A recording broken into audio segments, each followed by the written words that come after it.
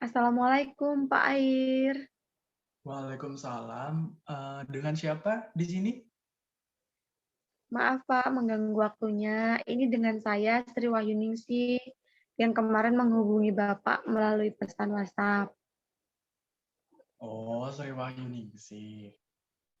Iya, Kemarin hubungin saya ya dari WhatsApp gitu ya. iya, Hmm. Lagi disibukin apa nih, Sri? Enaknya dipanggil apa nih? Sri atau punya panggilan lain mungkin? iya. Udah panggil, biasanya dipanggil Sri sih Pak. Ada yang manggil Ningsi juga, tapi lebih seringan dipanggil Sri gitu. Oh, Kesibukannya sekarang ini Pak lagi sibuk UTS, UAS.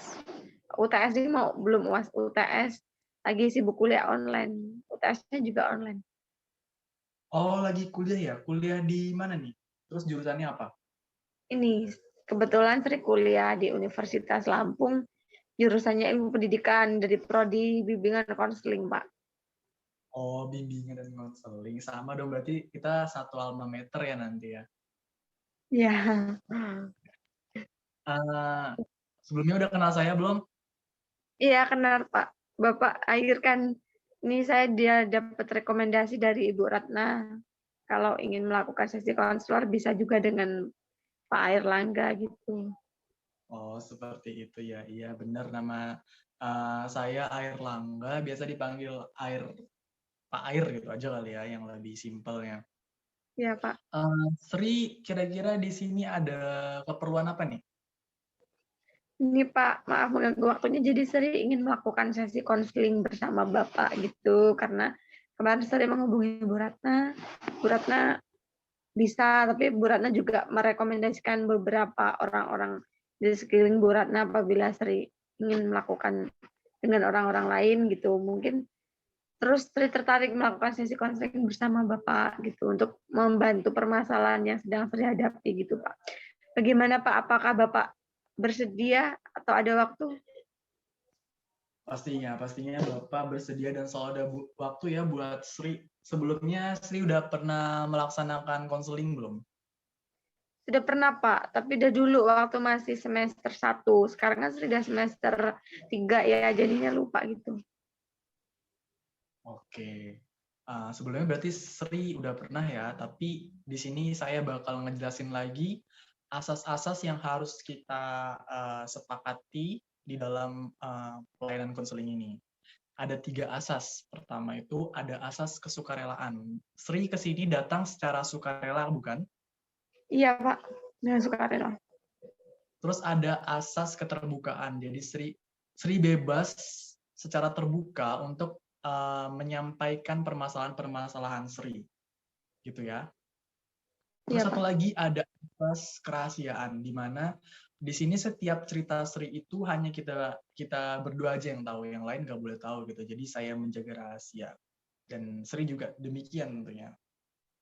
Iya Pak. Ya, jadi Iya ada siap. 3 asas ya. Terus di dalam sesi konseling itu juga ada perjanjian waktu. Nah, kira-kira kita bisanya waktunya sampai kapan nih? 30 menit cukup nggak kira-kira? Iya Pak, kurang lebih 30 menit insya Allah cukup. Oke. Oke, mungkin Sri sekarang bisa memulai nih. Apa sih yang menjadi keluhan dan masalah Sri akhir-akhir ini? Oke Pak. Jadi permasalahan Sri akhir-akhir ini, Sri semakin takut sama nyebrang gitu Pak. Kalau nyebrang di keramaian gitu kayak takut gitu. Tiba-tiba kalau ngelihat kendaraan ramai itu kayak terus panik, terus kayak mau lari tuh kayak mau lari sendiri gitu, kayak bingung gitu, kayak ngeliat kanan kiri ini kayak takut gitu. Kalau naik motor tuh juga kadang kalau di kota itu kayak rame orang banyak gitu tuh kayak malah takut gitu. Jadi kalau keluar-keluarnya sekarang lebih sering suka naik mobil, kalau enggak naik ini, naik gokar, kadang juga naik ini, naik travel gitu. Tapi kalau naik angkot juga takut. Karena dulu pernah ada kecelakaan setelah naik angkot gitu.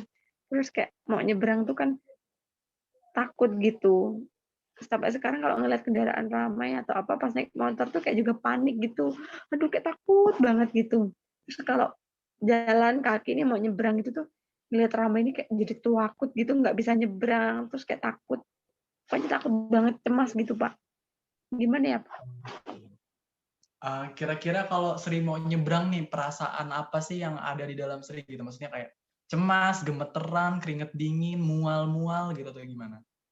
Kalau gemeteran gitu nggak sih Pak, cuma kayak panik gitu, kayak cemas sama panik. Aduh, ntar kalau ketabrak gimana ya kan nih, panik gitu. Terus kadang kayak pengen pengen lari, tiba-tiba kayak refleks pengen lari sendiri gitu.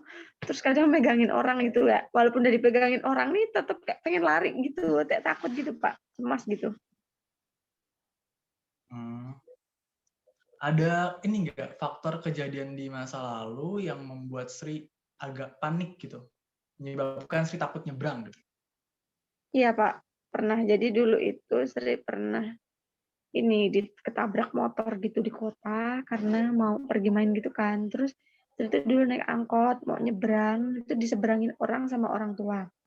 Nah, ternyata udah diseberangin, pas mau nyebrang ini ketabrak, udah dipegangin gitu. Terus sampai ini jatuh di tengah jalan gitu, hampir mau ketabrak mobil ini Fuso yang gede itu juga.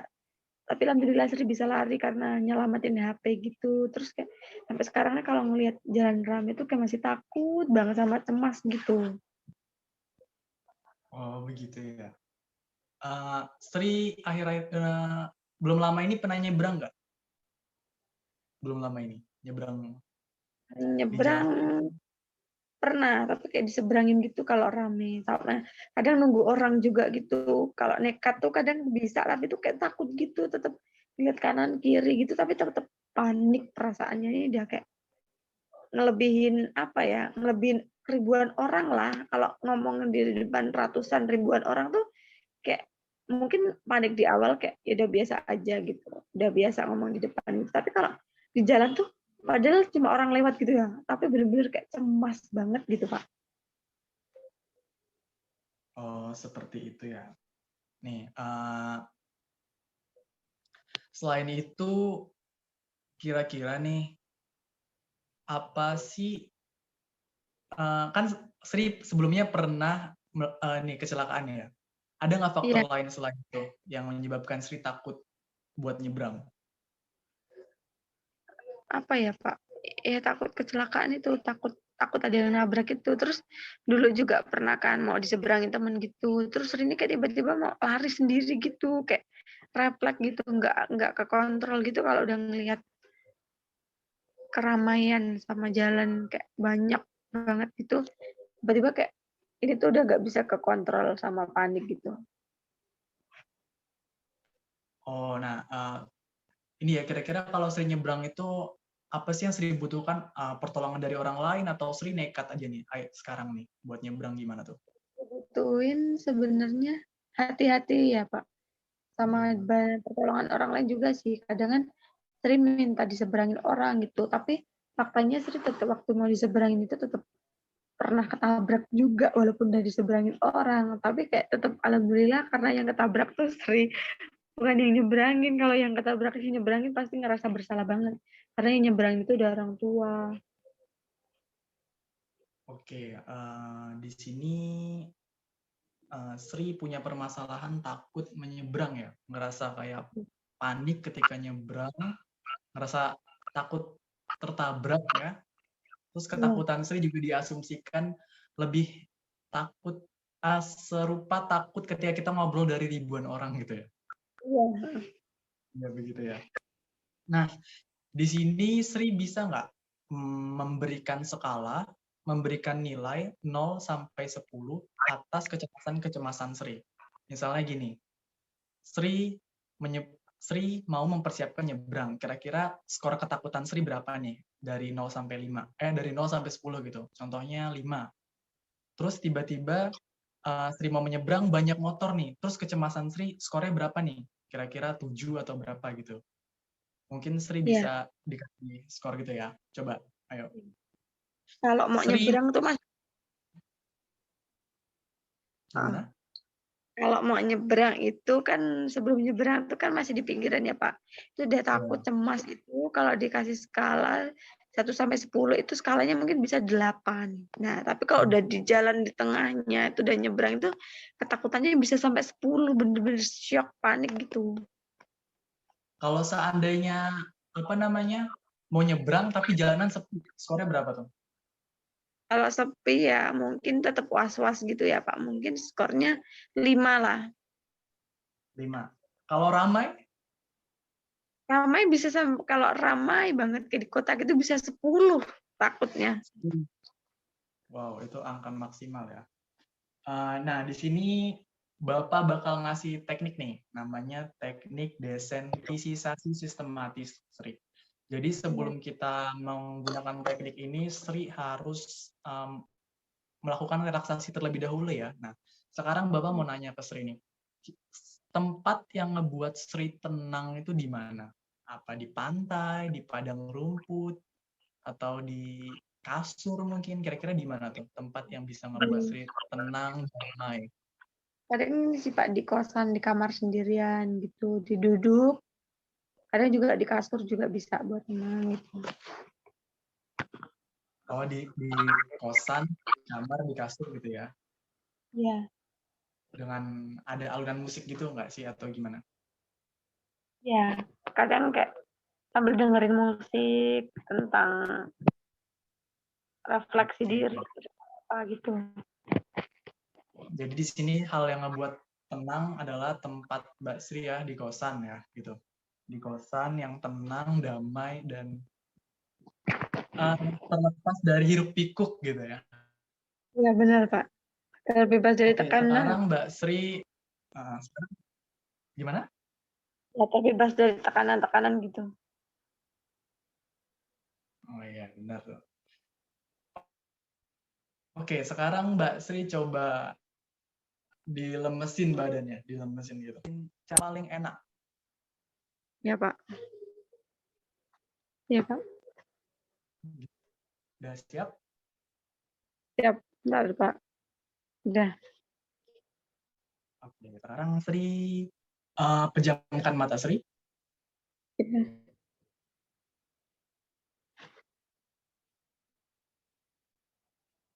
Oke, saya bisa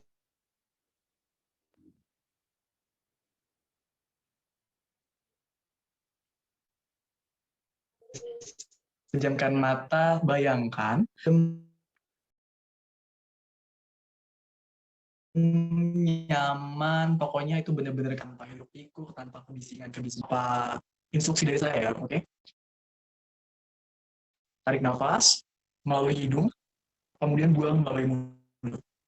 Oke, di sini Sri mengasosiasikan bahwa Sri itu ada di kosan Sri yang tenang ya, oke? Tarik nafas kembali. Oke, tarik nafas kembali. Buang lewat mulut. Oke, sekali lagi, tarik nafas kembali. Buang lewat mulut.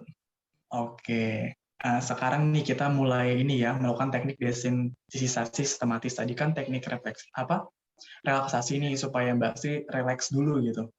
Sekarang kita bakalan pakai nih teknik desensitisasi sistematis. Jadi Mbak Sri membayangkan apa yang saya instruksikan dengan cara memejamkan mata. Ketika Sri mulai nggak kuat, Sri bisa ngangkatin tangan terus, Pak saya nggak kuat gitu ya. Oke? Ya. Ya Pak. Oke, kita dimulai dari skala terkecil dulu kali ya, yang tadi Sri ini. Oke, kita merem lagi. Tarik nafas. Buang lewat mulut. Tarik nafas. Buang lewat mulut lagi. Tarik nafas. Buang lewat mulut. Oke, tetap pejamkan matanya. Oke, sekarang Sri bayangkan bahwa Sri ada di depan jalan raya yang sepi. Oke, dibayangkan ya, di sebuah jalan raya yang sepi. Tiba-tiba, Sri ingin menyeberangi jalan raya itu. Kemudian Sri menyeberangi jalan raya itu dengan selamat. Oke, buka mata ya. Masih kuat ya kalau seandainya kita kondisikan di jalan raya yang sepi gitu ya? Ya. Oke, sekarang kita naikin skalanya lagi ya. Oke, sekarang Mbak Sri tutup mata. Tarik nafas, buang, tarik nafas lagi, buang, kemudian tarik nafas lagi, buang. Oke, sekarang Sri membayangkan berada di depan jalan raya. Tiba-tiba mobil berlalu lalang, mobil yang sangat besar, mobil kendaraan bermotor, mobil berlalu lalang. Sri harus menyeberang. Oke, sekarang Sri melangkah menuju tengah jalan. Tiba-tiba ada mobil yang menghampiri Sri. Lalu Sri menyeberang. Apakah Sri masih kuat? Masih. Oke, kita lagi ya. Oke, Sri bayangkan lagi ketika berada di jalan raya lagi ya. Oke, Sri lagi menunggu untuk menyeberang, tapi mobilnya penuh dan banyak gitu. Mobilnya berlalu lalang gitu. Tiba-tiba Sri ingin menyeberang. Menyeberang, motor pun masih warawiri. Motor warawiri, mobil warawiri. Tiba-tiba ada mobil yang ingin menghampiri Sri. Mobil besar. Oh, Pak. Takut, Pak. Oke, oke, bisa dibuka matanya? Oke, sekarang kita relaksasi lagi ya. Oke, tarik nafas, buang, tarik nafas, buang. Oke, sekarang kita bayangkan lagi, masih terpejamkan mata, Sri ingin menyeberang. Tiba-tiba, jalanan penuh, jalanan sangat penuh sekali. Kemudian ada mobil lagi, mobil besar yang ingin menghampiri Sri. Ngerem, mendadak. Kemudian Sri tetap menyeberang. Tiba-tiba dihampiri lagi oleh motor. Pak, takut, Pak. Takut ya. Takut. Memerlukan waktu yang sangat lama ya, Sri. Supaya kamu bisa memperoleh ketenangan ketika kamu merasa cemas akan ketakutan-ketakutan kamu. Oke, kita coba sekali lagi mungkin ya, supaya kamu bisa menyesuaikan diri atas kecemasan dan ketakutan kamu ya. Oke, masih dalam mata yang terpejam. Oke, tarik nafas seperti biasa 3 kali dari hidung, kemudian keluarkan dari mulut. Lagi. Lagi. Oke, sekarang Sri membayangkan masih di jalan raya dengan keadaan yang sangat ramai. Kemudian Sri menyeberang. Dan kemudian ada mobil yang menghampiri Sri. Namun mobil itu berhenti dan ngerem. Kemudian Sri melanjutkan lagi dengan menyeberang sampai ke tepi jalan. Oke, bagaimana Sri? Apakah masih takut dan cemas? Sudah tidak, Pak. Sudah lebih bisa tahu jalan gitu. Oke, mungkin nanti Sri bisa mempraktikkan ini ya nanti di rumah buat menghilangin kecemasan dan rasa takutnya. Dan mungkin kalau seandainya Sri masih takut nyebrang, Sri bisa masih minta pertolongan ke orang lain untuk diseberangin juga. Yang penting Sri kayak tadi ya teknik relaksasi, kemudian teknik desensitisasi sistematis bisa Sri praktikkan di rumah. Seperti itu. Gimana Sri? Iya, Pak. Ya, Pak. Oke. Mungkin itu saja kali ya dari Bapak. Kira-kira ada tambahan lagi nggak, Sri? Ya, Pak. Cukup nanti kalau seandainya Sri belum bisa menggunakan teknik ini, Sri bisa melakukan follow up selanjutnya kan, Pak? Insya Allah bisa. Yang penting sih juga harus mempraktikkan ya teknik-teknik yang sudah Bapak berikan tadi di rumah. Seperti itu. Mungkin ini bisa jadi penugasan buat Sri ya. Ketika Sri masa cemas dengan menyeberangi jalan, mungkin Sri bisa menggunakan teknik-teknik itu supaya Sri terbiasa dengan ketakutan-ketakutan Sri seperti itu. Ya, Pak. Siapa? Oke. Mungkin waktu sudah menunjukkan hampir 30 menit ya, Iya, kira-kira? Pak. Oke, mungkin kalau seandainya Sri nanti butuh follow up lagi bisa hubungi Bapak ya. Kita melakukan sesi selanjutnya mungkin ya, seperti itu. Iya, siap, Pak. Baik, Oke, Pak. Sri. Ya. Terima kasih banyak ya, Pak, sudah membantu Sri melakukan sesi konseling pada malam hari ini. Oke, terima kasih kembali Sri. Semoga kamu ini ya bisa menerapkan apa yang Bapak instruksikan dan beri tahu kepada Sri tadi. Amin. Ya, Pak. Siap. Oke, semangat ya kuliahnya. Ya, Pak. Terima kasih banyak ya, Pak. Ya.